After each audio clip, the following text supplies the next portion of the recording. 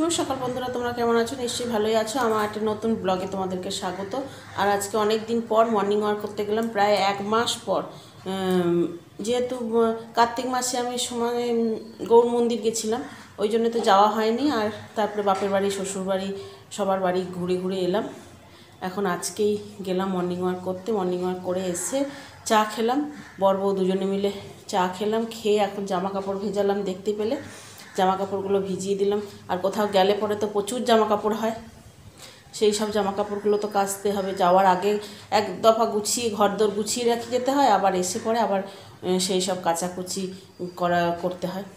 এখন আজকে শুধু বরের জামা কাপড়গুলোই ভেজালাম, আমারগুলো এখনও বাকি আছে, ওগুলো পরে একদিন করব। আজকে যেহেতু বৃহস্পতিবার, আর আজকে অঘ্রাণ মাসের প্রথম বৃহস্পতিবার যেহেতু, আর অঘ্রাণ পৌষের বৃহস্পতিবারগুলো নিরামিষই খাই।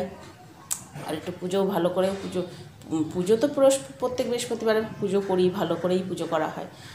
আলপনা টালপনা সব বৃহস্পতিবারে দেয়া হয় না, যেহেতু শুধু ঠাকুর ঘরটাতেই আলপনা দিই। আর আজকে দেখি ঝুনু যদি তাড়াতাড়ি কাজ করে দিয়ে যায়, তাহলে দরজা টরজাগুলো সব ঘরের দরজার সামনেই আলপনা দেব, দিয়ে পুজো করব। এখন চা খেলাম, এখন এগুলো ভিজুক, একটু বিছানাটা তুলে নিয়ে তারপরে কাচবো, কেচে স্নান করে পুজো করব। চলো সারাদিন সঙ্গে থাকো, নিশ্চয়ই আজকে ব্লগটা তোমাদের ভালো লাগবে।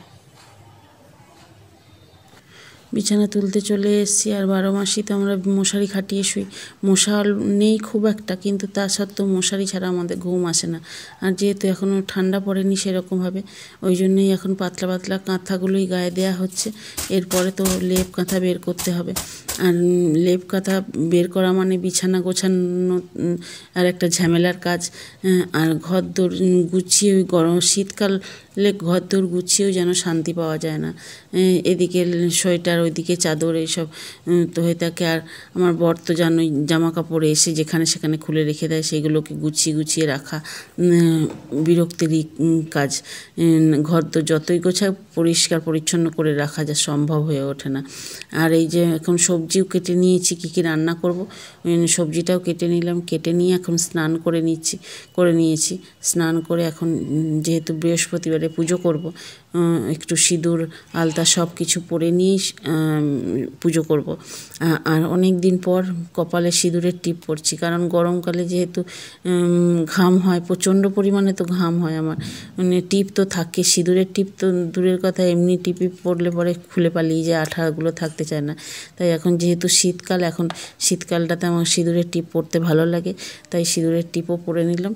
চলো এখন একবার আলতা পরে নিয়ে তারপরে পুজো করব। আর এই যে বসেও পড়েছি আলতা পরতে, যেহেতু সন্ধ্যের পরে আর আলতা পরবো না। সন্ধ্যের সময় আমি আলতা পরি না খুব একটা, হয়তো সাধে স্বপনে পড়তে হয়, সময় যদি না পাই পড়তে হয়, কিন্তু চেষ্টা করি সকালের দিকেই আলতা পড়তে। মানে ভাবলাম যেহেতু অঘ্রাণ মাসের প্রথম বৃহস্পতিবার, ওই জন্য সিঁদুর পরেছি, একটু আলতাও পরে নিয়ে তারপরে পুজো করবো। আর অঘ্রাণ মাসের বৃহস্পতিবারগুলোতে আমরা একটু নিরামিষই খাই। অঘ্রাণ পৌষের বৃহস্পতিবারে সারা বছর নিরামিষই খাওয়া হয় না। অঘ্রাণ মাস আর পৌষ মাস, এই দুটো মাসই আমরা নিরামিষই খাই। আর প্রত্যেক বৃহস্পতিবার খাই না, কারণ আমার বর বলে যে বৃহস্পতিবারগুলো দোকান ছুটি থাকে, একটু ভালো মন্দ কোথায় রান্না করবে তা নয়, প্রত্যেক বৃহস্পতিবার নিরামিষই রান্না করো। ওই জন্যেই প্রত্যেক বৃহস্পতিবার করা হয় না।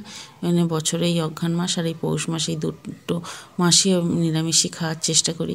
কিন্তু অনেক সময় অঘ্রাণ মাসে তো বিয়ে বাড়ি থাকে, সেই বিয়ে বাড়িগুলো কোনো অনুষ্ঠান বাড়ি থাকলে পরে সেগুলোতে তার নিরামিষই খাওয়া হয় না।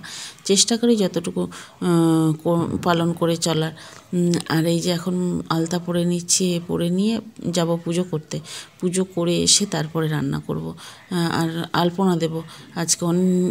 প্রত্যেক বৃহস্পতিবার আলপনা দিই, ঠাকুর ঘরটাতেই শুধু একটুখানি আলপনা দিয়ে পুজো করি। আর যেহেতু অঘ্রাণ মাসের বৃহস্পতিবার, ওই জন্যই ভাবলাম যে সব ঘরের দরজাগুলোতে একটু আলপনা দেওয়ার চেষ্টা করছি। চলো এখন আলপনা দিয়ে নিয়ে তারপরে পুজো করব। একবারে তোমাদের সঙ্গে লক্ষ্মীর ঘরেতে গিয়েই দেখা হবে। চলো সঙ্গে থাকো।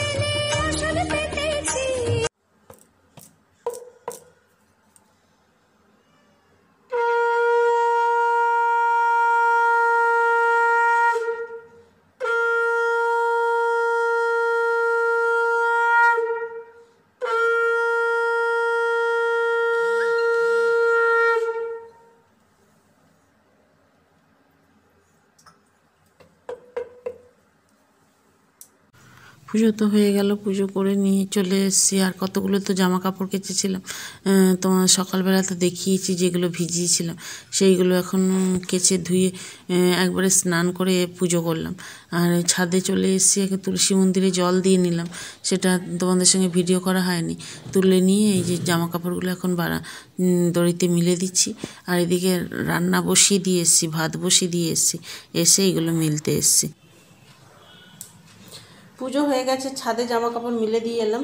পুজো টুজো করেই ছাদে জামা কাপড় মিলতে গেলাম। এখনও ঠাকুরের ভোগটা তুলিনি, এই এখন যাব ভোগটা তুলে নেবো। আর দিয়ে এদিকে রান্না বসিয়ে দিয়েছি, কারণ অনেকটাই বেলা হয়ে গেছে, এখন 12:30 বেজে গেছে, ওই জন্য রান্না বসিয়ে দিয়েছি। আর এতে এখন ভোগটা তুলে নিয়ে আসি, ভাতটা বসিয়েছি আর তরকারিগুলো এখনও বসাইনি, এসে ভোগটা তুলে নিয়ে এসে তারপরে তরকারি করব। চলো সঙ্গে থাকো। আজকে খাবারগুলো দেখাতে ভুলে গেছি, কি কি রান্না করেছি তোমাদেরকে বলা হয়নি। এখানে আজকে করেছি, এখানে ফুলকপির ডাঁটা দিয়ে আলু কুমড়ো বেগুন দিয়ে একটা চচ্চড়ি। এটা আমলকি ভাতে দিয়েছিলাম, পেঁপে ভাতে আলু সেদ্ধ। আর ওইখানে ওই যে কর ভাঙার চাটনি। আর সুচুনি শাক ছিল, সুচুনি শাকটা খাওয়া হয়ে গেছে, তোমাদেরকে দেখাতেই ভুলে গেছি আজকে। অল্প একটুখানি বাকি আছে খেতে, তাই খাচ্ছি, হট করে মনে পড়ে গেল, আমি তাহলে দেখিয়ে দিই। চলো খেয়ে নিই। এখন দুপুরবেলা খাওয়া দাওয়ার পরে আর কোনো ভিডিও করা হয়নি, একটুখানি রেস্ট নিয়েছিলাম। আর এই যে এখন সন্ধেবেলা সন্ধে দিচ্ছি। আর প্রত্যেক বৃহস্পতিবারেই চেষ্টা করি একটু ধুনো দেওয়ার, সব দিন দেওয়া হয় না ধুনো দেওয়ার, ওই জন্য একটু ধুনোও দিয়ে নেবো, দিয়ে সন্ধে দিয়ে। আর লক্ষ্মী পাঁচালিটাও সকালবেলাই আজকে পড়ে নিয়েছি।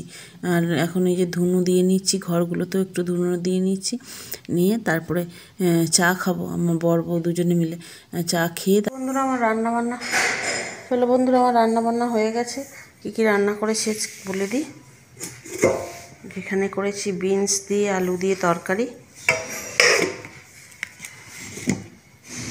আর এখানে করেছি পরোটা। আর দিনের বেলার একটুখানি তরকারি রয়েছে, যে ডাঁটা দিয়ে ফুলকপির ডাঁটা আলু শিম দিয়ে চচ্চড়ি করেছিলাম, সেটা আছে, খাওয়া হবে। আর তার সঙ্গে আছে মিষ্টি। চলো আজকের মতন তাহলে ভিডিওটা এখানে এন্ড করছি। ভিডিওটা যদি ভালো লাগে লাইক শেয়ার সাবস্ক্রাইব করুন।